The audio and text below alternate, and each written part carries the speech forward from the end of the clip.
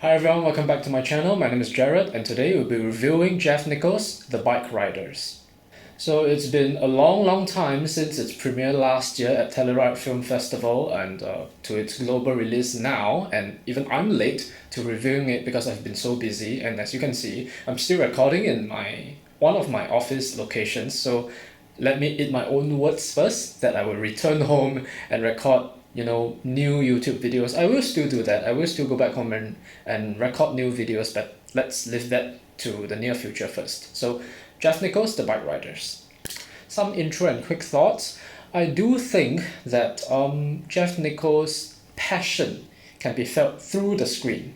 I can see and I can tell quite clearly that The Bikeriders is Jeff's passion project, is his latest passion project, but of course, with that being said, it doesn't mean a movie is a filmmaker's passion project. That means the film will necessarily be a good one.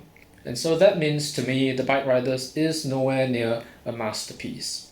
My immediate reaction after I ended the movie is that the film didn't live up to my expectations. I also remember I ever commented on someone's tweet on Twitter saying that The Bikeriders is equivalent to the challenges of my summer season.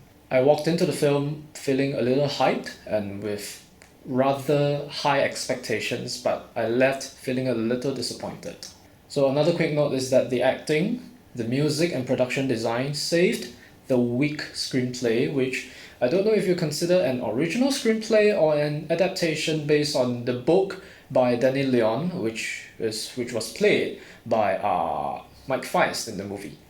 So a few months ago, initially I thought that this film would be a wild card at next year's Oscars, but now I'm convinced that the film will end up with very likely 0 above the line nominations at the Oscars, and if they were really lucky, and if the below the line categories are less competitive next year, probably just 1 or 2 nominations for The Bikeriders. So like I said before, it's been a long wait. We finally have this movie now, and it's atrocious and abysmal, disastrous to learn that the film will go digital on the 9th of July, if I remember correctly, in the United States, and probably by the time this video is out, it's probably off the screens in Singapore already. So Jeff Nichols' latest passion project, brings back Tom Hardy, whom I've not seen in any movie in quite some time, but that's for me personally at least. And I think Tom Hardy is amazing in this, but more on that later. Jodie Comer kills it as well. Austin Butler meets the task. Nothing more, nothing less. But let me just start by talking about Mike Feist and his character Danny Leon. Well, since I'm only just getting past and just getting over my challengers phase, let me begin by talking about Danny Leon and Mike Feist's performance.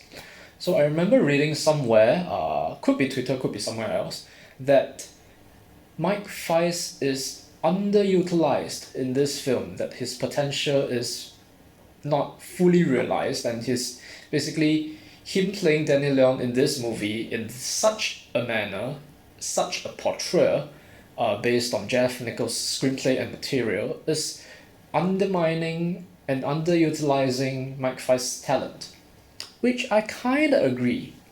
For instance, for me personally, I would want Jeff to inject a scene or two at the beginning and at the end of the film of Danny just, getting prepared for the interviews that he was going to conduct, and probably just, some of his personal reflections, probably a narration voiceover at the end of the film, closing the movie with some of his thoughts and what he learned or what he thought of the subject that he was interviewing and the people whom he interviewed.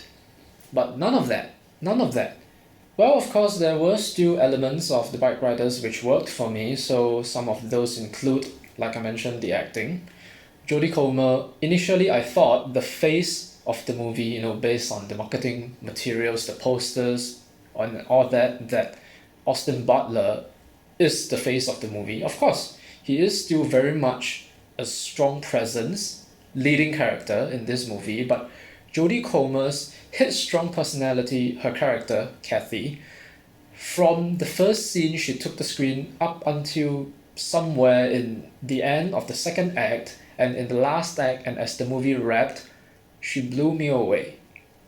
Not to mention there were at least two scenes in the later parts of the second act and in the third act where her character went through some things, and Jodie Comer killed those scenes. She nailed them so hard that I'm really impressed, basically. But if we were to talk about the Bikeriders acting, to me, the MVP is Tom Hardy. So his character, and he started out in this movie as this aging leader, aging chief of the bike club, the bike community, whose days were numbered, and he was in a state where, before someone else was clearly going to take over from him, but which eventually became the case. But it was his struggle in handling the troubles and the twists and turns that came his way that brought out the rage and the anguish in Tom Hardy's character. And gosh, there was a moment which I couldn't really remember in the second act. I think it was the scene in the bar where he was approached by, let's just call them the younger lads, the newer blood. He was approached by some young folks, young blood, to check something out. Those few minutes, Tom Hardy crushed it, and I'm very happy to witness his performance in this movie. Of course, aesthetically, like I mentioned, The Bikeriders is also a pretty movie to look at. The production design, well, there is this consistent color grading of the orange, yellow, beige color throughout the movie that's very pleasing to the eyes. I enjoy marveling at the set pieces of Chicago in the late 60s to early 70s in this movie. And the music too. Both the songs and the score by David Wingo left me wanting a little more as the movie ended. Now, what didn't work for me for the Bikeriders was the script. Now, you may wonder if this is just one element, or if the script was really so bad that it really brought the entire movie down a few paths. Here's the catch. I think, like I mentioned, Jeff Nichols was very passionate before and during the making of this movie, but his writing didn't help to showcase that.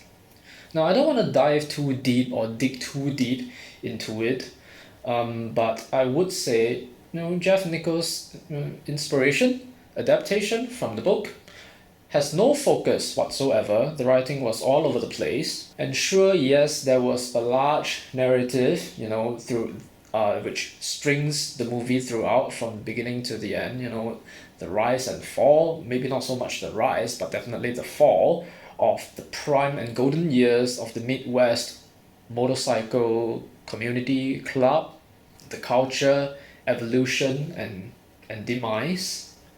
But I really couldn't bring myself to care so much of our main guy, Benny, Austin Butler. I think he did amazing, but I just really couldn't care that much about Benny. Really sorry to have to say that, but if you take away Austin Butler's charm, what is left to Benny's character that would make him a likable character to root for audiences? Not so much. Now, of course, I found myself rooting for the stability of the motorcycle gang as a whole, but at the same time, I wanted the best for my leading lady, Kathy. And the gang and Kathy, they were against each other. Well, at least Kathy was against Benny continuing or even progressing to become the new leader of the gang. At the end of it, I would just say that I don't know what to make out of the story as the movie ends. Now, having said all that, I'm also conflicted on Nichols' direction. He did manage to draw out at least 3 amazing performances: Jodie Comer, Tom Hardy, Austin Butler, in that order. But as a whole, the film didn't really have that gut punch that I expected walking into it. So Now lastly, Oscar predictions. Like I said earlier, 0 above the line nominations, even though there were 3 superb acting performances, but I do think the categories next year, Best Actress and Best Actor, are expected to be crowded. Tom Hardy may have a chance if the supporting actor category is weak in the coming year, which as of now it does seem like it's relatively weaker, at least compared to last year. But I wouldn't say that this film has 0 buzz, because below the line categories, especially, I wouldn't be mad if Chet Keith, the production designer, got a nomination next year, because like I said, the movie is beautiful, enchanting to look at.